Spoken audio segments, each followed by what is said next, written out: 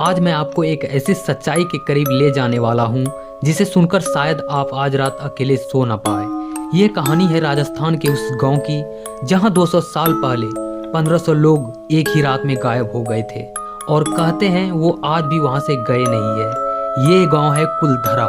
दोस्तों, रेगिस्तान की रात अजीब होती है। दिन की गर्मी जैसे अचानक गायब हो जाती है और हवा में एक ठंडक उतर आती है जो सिर्फ शरीर नहीं दिमाग में भी घुस जाती है। कुलधरा दिन में बस टूटी दीवारों का गांव लगता है, पर जैसे ही सूरज ढलता है वो दीवारें सीधी खड़ी नहीं रहती, वो देखती है। कहते हैं 1825 में यहाँ के लोग ने एक शासक के अत्याचार से तंग आकर गांव छोड़ दिया था, लेकिन जाते जाते उन्होंने एक श्राप दे दिया, जो भी यहाँ बसने की कोशिश करेगा वो बचेगा नहीं। लोग इसे कहानी समझते रहे जब तक कि कुछ साल पहले एक घटना नहीं हुई। दोस्तों, आर्यन नाम का एक इतिहास शोधकर्ता था। उसे भूत प्रेत पर हंसी आती थी। वो कहता था हर रहस्य के पीछे लॉजिक होता है। उसने फैसला किया वो कुलधरा में एक रात अकेले रुकेगा। गार्ड ने उसे रोका, कहा 12 बजे के बाद अगर कोई नाम लेकर बुलाए तो पीछे मत देखना। आर्यन मुस्कुराया। उसे नहीं पता था वो मुस्कान आखिरी होगी। आसमान साफ था, तारे चमक रहे थे। आर्यन मंदिर के पास कैमरा सेट कर रहा था। सब कुछ सामान्य था। फिर अचानक हवा रुक गई। पूरा गांव जैसे थम गया। इतनी खामोशी कि खुद की सांसें भी भारी लगे। और तभी रेत पर कदमों की आवाज आई, धीरे धीरे, फिर तेज, फिर उसके बिल्कुल पीछे रुक गई। उसने पीछे मुड़कर नहीं देखा। फिर उसकी गर्दन के पीछे ठंडी हवा लगी, जैसे कोई बहुत पास खड़ा हो।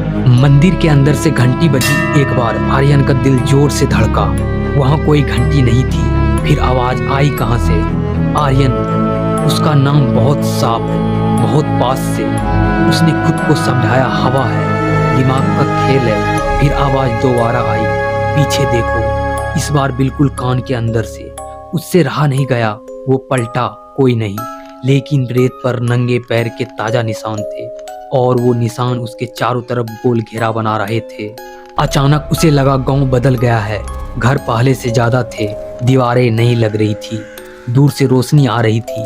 और फिर उसने देखा लोग सफेद कपड़ों में धीरे धीरे चलते हुए बिना आवाज। उनके चेहरे धुंधले थे, जैसे धुएं से बने हो। और अचानक सबने एक साथ उसकी तरफ देखा। एक लड़की आगे आई, सफेद ओढ़नी में। उसकी आंखें गहरी थी, पर उनमें पुतलियां नहीं थी। फिर काला खालीपन। वो धीरे बोली, तुम क्यों आए हो? आर्यन पीछे हटने लगा, लेकिन रास्ता गायब हो चुका था। वो अब 1825 के कुलधरा में खड़ा था। लोगों की भीड़ उसे घेर रही थी। लड़की करीब आई। उसका हाथ बर्फ जैसा ठंडा था। उसने आर्यन के गाल को छुआ और उसी पल आर्यन को अपने दिमाग में सैकड़ों चीखें सुनाई दी, औरतों की, बच्चों की, डर की।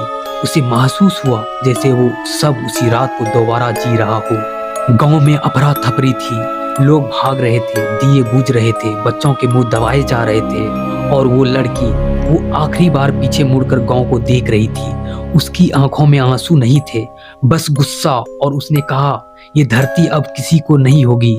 जैसे ही उसने यह कहा, सब अंधेरा हो गया। सुबह गार्ड ने आर्यन को मंदिर के सामने पड़ा पाया।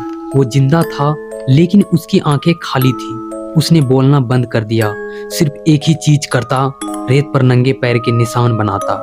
और जब भी कोई उससे कुलधरा का नाम लेता वो कांपने लगता। दोस्तों, कुछ महीनों बाद गार्ड जिसने आर्यन को पाया था वो भी गायब हो गया। उस रात ड्यूटी पर था। गेट बंद था, ताला बाहर से लगा था, पर वो अंदर नहीं मिला। बस रेत पर एक गोल घेरा बना था, नंगे पैर के निशानों का। भाई, अगर आप कुलधरा जाएं और अचानक हवा रुक जाए तो समझ जाना कोई आपको देख रहा है।